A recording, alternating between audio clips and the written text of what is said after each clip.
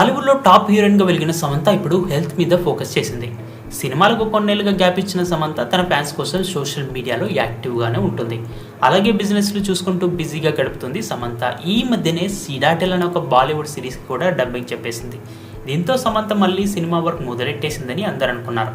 కానీ ఆమె కొత్త సినిమాలు ఏమీ చేయడం లేదు.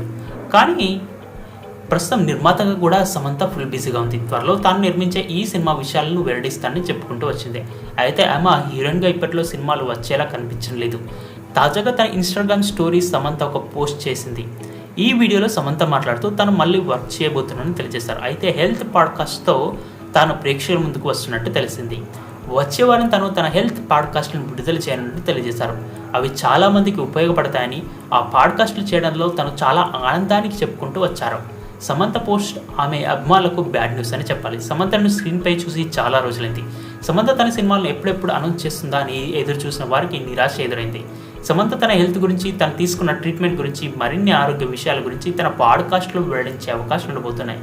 దీంతో కొంతవరకైనా అభిమానులు ఆనందించే అవకాశం ఉంది. అంతేకాకుండా హాలీవుడ్లో అమెజాన్ ప్రైమ్ తరపున తను తీస్తున్న సీడాటెల్ సిరీస్ కూడా వచ్చే 3 నెలల్లో విడుదలయ్యే అవకాశాలు ఉండబోతున్నట్టు తెలుస్తుంది. ఈ సినిమాకి సంబంధించిన డబ్బింగ్ కూడా ఇటీవలే పూర్తి చేసినట్టు కూడా వెల్లడించింది. అంతేకాకుండా ఈ సినిమాకి సంబంధించిన ప్రీ విజువల్స్ ఇప్పటికే సోషల్ మీడియా వేదికలో అవైలబుల్గా ఉన్నాయి.